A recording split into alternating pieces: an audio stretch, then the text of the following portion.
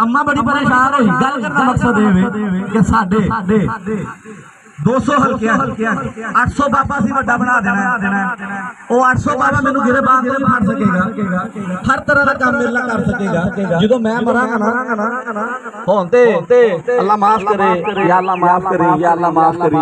भाईजान दुनिया नू खुश करने वास्ते, अपना दिखावा कराने वास्ते असि जनाजे ते पहुंचदे हां ते कोशिश करिए साडा कोई एक बंदा पहला पहुंच जावे, पहली साफ खड़े होने आ। लोकां नू पता लगे असदुल्ला भी जनाजा पढ़न आ गया। ओ जालमो ए तुहाडे वास्ते करने असि ਇੱਥੇ 10 ਗੱਡੀਆਂ ਤੇ ਆਈਏ ਨਾ, ਉਹ ਬੱਲੇ ਬੱਲੇ ਚੋਈ ਸਾਹਿਬ ਆ ਗਿਆ।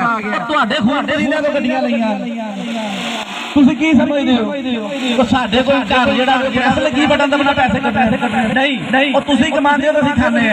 ਤੁਸੀਂ ਵੋਟ ਦਿੰਦੇ ਹੋ, ਅਸੀਂ ਚੌਧਰੀ ਬਣਦੇ ਆ। ਜਦੋਂ मैं अगले जहां जावांगा अल्लाह ताला दी रात ने सदना ते है साहब लई, उन्हें कहना असदुल्ला आजा भाई साहब दे, मैं ते आना ही आना। मैं कहना या अल्लाह तेन तो पता सी मेरा आज तो बाबा भी सी, मैं तो उन्होंने पहले दिन लेटर दे दिता सी। मैं तो उन्होंने पहले दिन लेटर दे दिता सी कि मैं कोई गलत गल करा तो भाईजान आई के मैं रोको। मैं पहले दिन लेटर इशू कर दिता सी जो चारे बाबे इकट्ठे होकर फैसला करदा असदुल्ला एमपी ही छड्ड देवे।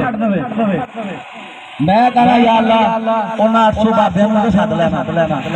ओ भाई जन्नत जावांगे इंशाअल्लाह। अल्लाह बड़ा गफूर रहीम।